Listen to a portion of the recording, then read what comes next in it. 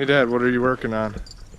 Sharpening baits, son. You gotta do that this time of the year. Beautiful day. Winter's over. I killed it yesterday. You were actually here. You saw me kill it. What you didn't know is I broke my foot doing it. Trying to help out the whole world, get rid of this winter, this global warming that's supposedly here that hasn't shown up all winter long. I don't know, but anyway, I killed it. That's the good news. So I'm doing what I normally do this time of the year. I'm getting my musky baits ready, knocking the rust off of hooks here. I'm excited to go. My boat's going to be floating soon. All right, Are you going to help? That's all I want to know. Well, I'm thinking we should just drop less important things than film an episode of Ask Pete. What are you feeling? Well, less important things. I guess I can take a few questions, but don't tell me sharpening hooks aren't important, son.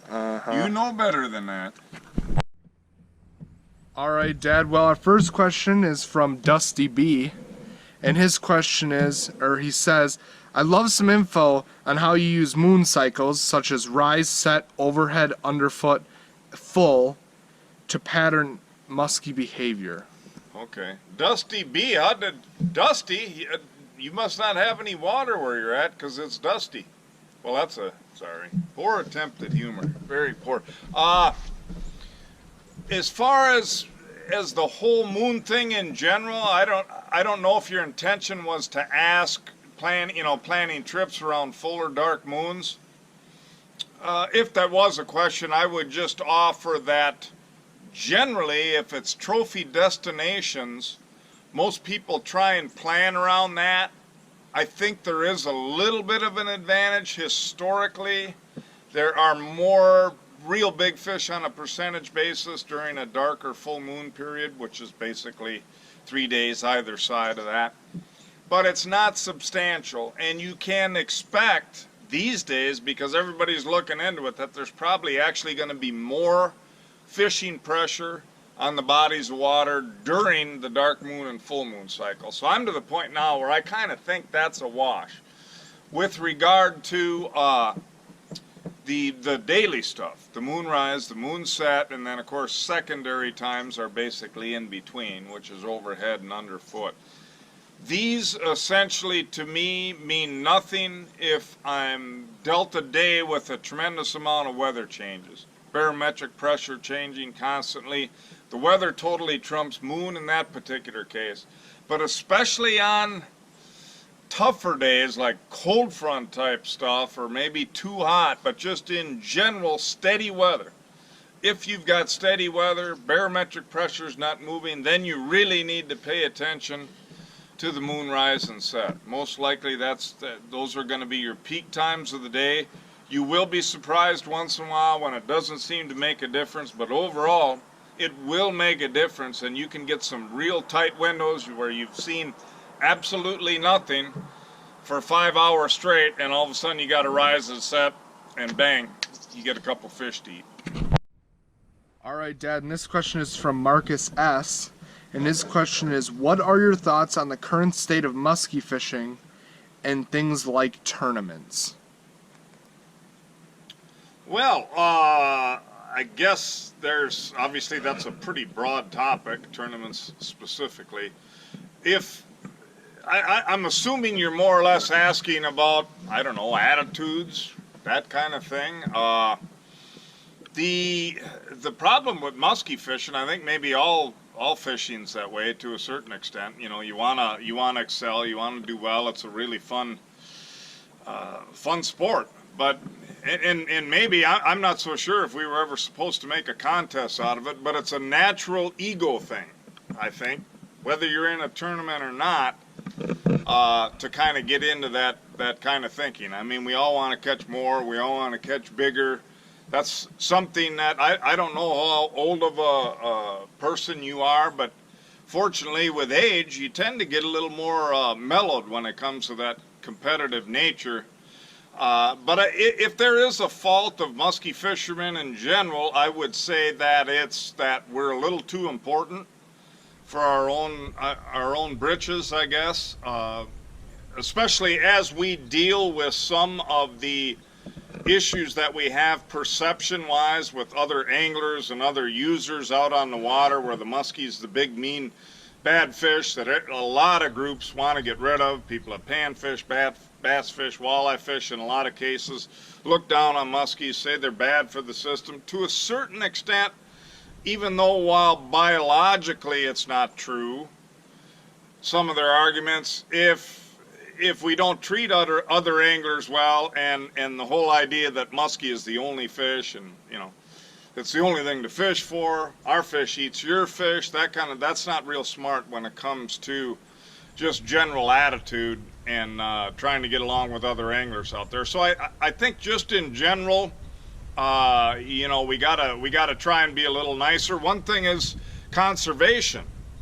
I'll offer this as an example. I've been involved in that for years. I've always been concerned about it. I've learned a lot through trial and error, and I've tried to pass that along to people to try and help them handle fish better, have more successful releases, the important points of keeping their head in the water as much as possible, water being too hot, how to properly hold them. But I was guilty of it early on, and I'm really careful of it at this point because it has gone wild to a certain extent on social media, where there's like bashing and almost hatred if you're not doing it right when people are holding the fish or whatever. Vertical holds, oh my God, it's just a terrible thing. So you wanna be helpful, but you don't want to be a hater. You can't expect that everyone knows what you know. Everybody's got to start in the process, and I guess just in general we got to try and check our egos at the door. And spinning all the way back around to the one thing specifically you mentioned is that tournaments, I think unfortunately the one negative about tournaments, while they're a lot of fun for a lot of people and a lot of people enjoy it, but it tends to take that ego problem even a little bit further, because obviously you're having a contest now. So you've got the ego thing of everybody wanting to catch something bigger, and you've got money and notoriety added on. So I guess that's the only negative thing that I could really say about the state of muskie fishing out there. Those of us that, you know, go out and enjoy it, just enjoy it and try and remember why you're doing it. How long, how heavy, how many isn't really as important as our egos tell us it is. All right, Dad, and Just Fishing asks, for non-boat owner, would you have any tips to possibly get more muskie strikes from shore? I'll buy a recon boat. That's my only tip.